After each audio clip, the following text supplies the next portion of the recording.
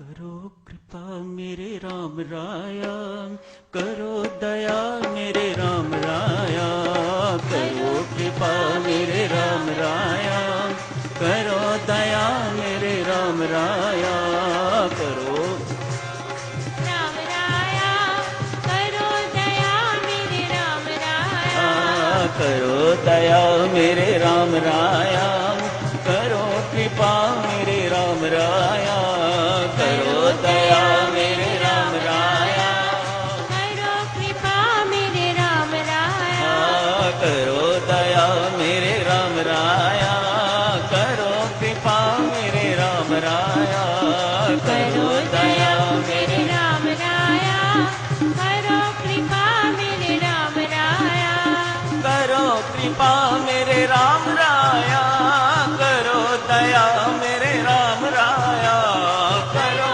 कृपा मेरे राम राया, करो दया मेरे राम राया, करो दया मेरे राम राया, करो कृपा मेरे राम राया, करो दया मेरे राम राया, करो कृपा मेरे राम राया, करो दया मेरे राम राया, करो कृपा मेरे राम राया, करो दया मेरे राम राया, करो कृपा मेरे राम राया, करो दया मेरे राम राया, करो कृपा मेरे राम राया, करो दया मेरे राम राया, करो कृपा मेरे राम राया, करो दया मेरे राम राया, करो कृपा मेरे राम राया, करो दया मेरे राम राया, करो कृपा मेरे राम राया, करो दया मेरे राम राया, करो कृपा मेरे राम राया, करो दया मेरे राम राया, करो कृपा मेरे राम राया, करो दया मेरे राम राया, करो कृपा मेरे राम राया, करो दया मेरे राम राया, करो कृपा मेरे करो दया मेरे राम राया, करो कृपा मेरे राम राया, करो दया मेरे राम राया, करो कृपा मेरे राम राया। कोटि प्रणाम है मेरी माता सज्जनों, आप सबके श्री चरणों में मेरी असंख्य बार चरण वंदना स्वीकार कीजिएगा। आप सबको याद होगा त्याग की चर्चा चल रही थी, उसी बीच बिल्कुल उसके विपरीत तृष्णा की चर्चा शुरू हो गई थी। त्याग जहाँ शांति देता है, परम शांति देता है, तृष्णा उतनी ही दुखदायी है, बंधनकारी है। दो विपरीत बातें।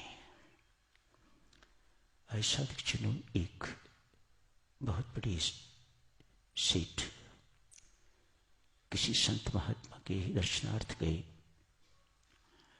वहां जाके उनके श्री चरणों में शीश नवाया। महात्मा ने भी उसी ढंग से लाला के चरणों में शीश नवा दिया। लाला ने पूछा, महाराज मैं तो पहले ही बहुत पापी हूं, आपने ऐसा करके मेरे ऊपर और पाप चढ़ा दिया। नहीं भाई, तूने मुझे प्रणाम किया, मैंने तुम्हें प्रणाम कर दिया। लाला ने कहा, पर बाबा आप तो तपस्वी हो, आप तो त्यागी हो, ये सब कुछ देख के तो मैंने आपके श्री चरणों में शीश नवाया। महात्मा कहते हैं, लाला तुम मेरे से ज्यादा त्यागी हो। लाला राम राम करता है, कैसी महाराज, मैं और त्यागी? हाँ, तुम मेरे से बड़े त्यागी हो। संत समझाते हैं, लाला परमात्मा की प्राप्ति के लिए मैंने संसार को त्याग रखा है, और तूने संसार को पाने के लिए परमात्मा को त्याग रखा है, तू मेरे से बड़ा त्यागी है। देखिए सज्जनों, ऐसे त्यागी ही नहीं बनना। त्याग अर्थात विकारों का त्याग, दुर्गुणों का त्याग, दुर्विचारों का त्याग, अपने अहम का त्याग, मैं और मेरा इन शब्दों का त्याग, स्वार्थ का त्याग, इत्यादि इत्यादि। इसी के अंतर्गत देवियों सज्जनों बीच में शुरू हो गई थी चर्चा तृष्णा की। कुछ अप्राप्त है, उसे प्राप्त करने की चाह को इच्छा कहा जाता है, कामना कहा जाता है। ये तृष्णा रूपी रोग देवियों सज्जनों हमारे जीवन में नहीं आना चाहिए, बच के रहिएगा इससे। एक छोटी सी उदाहरण के बाद चर्चा को थोड़ा सा शिफ्ट करेंगे। एक बहुत सदाचारी ब्राह्मण हैं, परोपकारी हैं, लोग उन्हें महादानी कहते हैं। ब्राह्मण अक्सर दान लेने वाले हुआ करते हैं, लेकिन परमात्मा की ऐसी कृपा है इस ब्राह्मण पर, ये दान देने वाला है। महादानी लोग इसे कहते हैं। आज विचरते विचरते एक निर्जन स्थान पर गए, जंगल है, देखा ना कुटिया ना कोई आश्रम, आसपास कुछ भी नहीं है, लेकिन एक संत महात्मा, बड़े ओजस्वी, बड़े तेजस्वी चेहरा, बड़ा नूरी चेहरा, एकांत में बैठे हुए हैं, ध्यानस्थ। अतएव डिस्टर्ब करना नहीं चाहा। मानो उस ध्यानस्थ मूर्ति को देख देख के तो ये ब्राह्मण बहुत आनंदित हो रहा है, इसे स्वयं को शांति का अनुभव हो रहा है। पास बैठ गया। ध्यान के बाद जब आंख खुली महात्मा की, महात्मा ने आगमन का कारण पूछा। कहा, महाराज मैं अमुक ब्राह्मण हूं, आप कहें तो मैं आपके लिए एक यहां कुटिया बनवा दूं, आप कहें तो मैं एक आश्रम यहां पर बनवा दूं। महात्मा कहते हैं, ब्राह्मण देवता, मुझे ना कुटिया चाहिए ना मुझे आश्रम, आप मैं जैसे हूं मेहरबानी करके मुझे ऐसा ही रहने दीजिएगा। परमात्मा ने कुछ मेरे लिए करना होगा तो वह स्वयं कर देगा, आपको वह तकलीफ नहीं देगा, आप मेहरबानी कीजिएगा। अच्छी बात है महात्मन, आपको ये नहीं चाहिए तो मेरे घर का भोजन स्वीकार कीजिए, मैं किसी के घर नहीं जाता। संत ने कहा, ठीक है महात्मन, मैं यहीं लाई देता हूं। ऐसी बात हो ही रही थी तो एक दुबली पतली वृद्धा आई है। इतनी दुबली पतली माता, लगे कि ये अभी गिरी कि अभी गिरी, हड्डियां ही हड्डियां उसकी दिखाई दे रही हैं, ऊपर मांस नहीं है, सिर्फ चमड़ी हड्डियों के साथ चिपकी हुई है। वृद्धा है, लगे कि इसको ये खड़ी कैसे है, ये अभी अभी गिरेगी। संत महात्मा ने कहा, लाला इसको ले जाओ, भूखी है बेचारी, इसको पेट भर खिलाओ तो समझो कि मेरी भूख अपने आप मिट जाएगी। वृद्धा ने कहा, विप्र, वृद्धा कहती है, विप्र जाने से पहले मेरी एक शर्त सुन लो। मैं खाती हूं, यदि मेरा पेट न भरे तो जो खिलाने वाला है मैं उसे खा जाती हूं।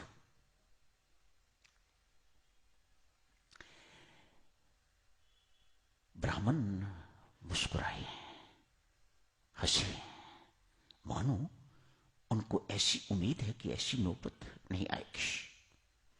वृद्धा को साथ लेके अपनी कोठी में आ गए हैं। आके नौकरों को कहा, वृद्धा को खूब खिलाओ, इतना खिलाओ जब तक इसका पेट नहीं भर जाता। घर का जितना खाना बना हुआ था, वृद्धा खाती जा रही है, खाती जा रही है, खाती जा रही है।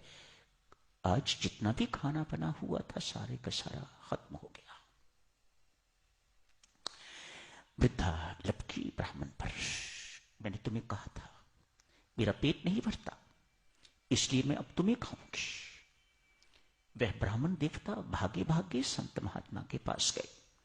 कहा, महाराज मुझे बचाओ, ये वृद्धा नहीं, ये तो मेरी मृत्यु है। बैठो विप्र, बैठ के मेरे पास राम राम करो, कुछ नहीं कहेगी है। संत महात्मा यहां समझाते हैं ये तृष्णा है, इसका पेट कभी नहीं भरता। सारे संसार की भोग्य सामग्री भी इस पेट में डाल दो तो भी तृष्णा का पेट नहीं भरता। कैसी नामुराद चीज है ये तृष्णा। साधक हो देवियों सज्जनों, ये हमारे जीवन में नहीं आनी चाहिए। ये एक ना एक दिन हमें बर्बाद करके रहेगी।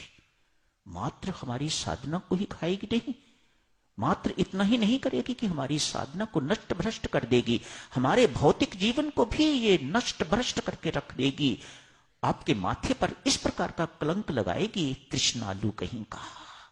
इतना बड़ा कलंक लगा के रख देगी कि कभी आप अपने जीवन काल में उस कलंक को धो नहीं पाओगे। याद रखो, इस संसार में 6 व्यक्ति साधकजनों कभी सुखी नहीं होते। सर्वप्रथम ईर्ष्यालु, तृष्णालु, क्रोधी, घृणा करने वाला। 4, 5वां जो दूसरों पर निर्भर रहता है, असंतोषी है। ये साधकजनों 6 के 6 लोग कभी सुखी नहीं हो सकते। शंकाशील, दूसरों पर संदेह करने वाला। जिस पति को अपनी पत्नी पर संदेह, अपने नौकर पर संदेह, नाई पर संदेह, डॉक्टर पर संदेह, शंकाशील व्यक्ति साधकजनों कभी सुखी नहीं होगा। जिस घर में शंका आ गई, पत्नी अपने पति पर शंका कर रही है, लेट हुआ नहीं तो समस्या खड़ी हुई नहीं, सोचें वह घर नरक बनेगा कि नहीं बनेगा। इच्छी व्यक्ति इस संसार में रहते हुए, सुखद संसार में रहते हुए भी साधकजनों कभी जिंदगी में सुख का अनुभव नहीं कर पाएंगे। क्या करें साधकजनों इस तृष्णा का? संत महात्मा एक सुझाव देते हैं देवियों सज्जनों, इस तृष्णा का रुख परमात्मा की ओर मोड़ दो। काश देवी यही तृष्णा यदि नाम के उपासक के अंदर नाम की उपासना के लिए आ जाए, और जप और सिमरन और ध्यान और साधना, तो उसका जीवन बनेगा कि नहीं बनेगा, उसका जीवन सार्थक होगा कि नहीं होगा, उसका जीवन सफल होगा कि नहीं होगा। ये जितनी भी भौतिक चीजें हैं साधकजनों, इसके साथ आपका जीवन सफल नहीं होने वाला। आप बहुत बड़े डॉक्टर बन जाओ, बहुत बड़े डॉक्टर बन जाओ, बहुत एमिनेंट सर्जन बन जाओ, सब कुछ बन जाओ, बहुत बड़े चीफ जस्टिस बन जाओ, चीफ जस्टिस ऑफ इंडिया बन जाओ, ये सब लाइनें अलग हैं। ये सब की सब चीजें आपको मुक्ति देने के अधिकारी नहीं बनाती। मोक्ष प्राप्त करना चाहते हो, जन्म मरण का बंधन से छुटकारा पाना चाहते हो, तो आपको साधना ही करनी पड़ेगी। अपने दुर्गुणों को जो हमारे वश में नहीं है, बात क्यों इनके पीछे पड़े रहना, उसके पीछे पड़ो।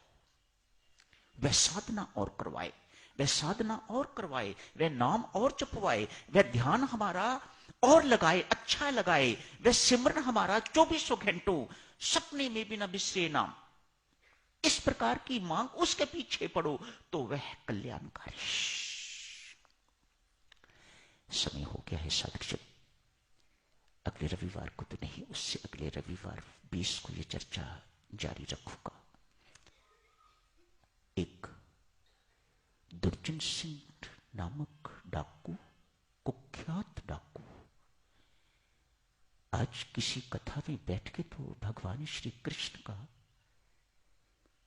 मां जसुमती कितने महंगे महंगे गहने उसे पहनाती है, करोड़ों रुपये उस वक्त की बात। कुख्यात डाकू सत्संग बैठा हुआ, इस एक बच्चे को यदि लूट लिया जाए तो जिंदगी में फिर मुझे कभी चोरी नहीं करनी पड़ेगी। अपनी तृष्णा का रुख, अपने लोभ का रुख परमात्मा की ओर मोड़ दिया। क्या होता है करेंगे चर्चा साधक जनों इसकी 20 फरवरी को। अभी यहीं समाप्त करने की इजाजत दीजिएगा। धन्यवाद।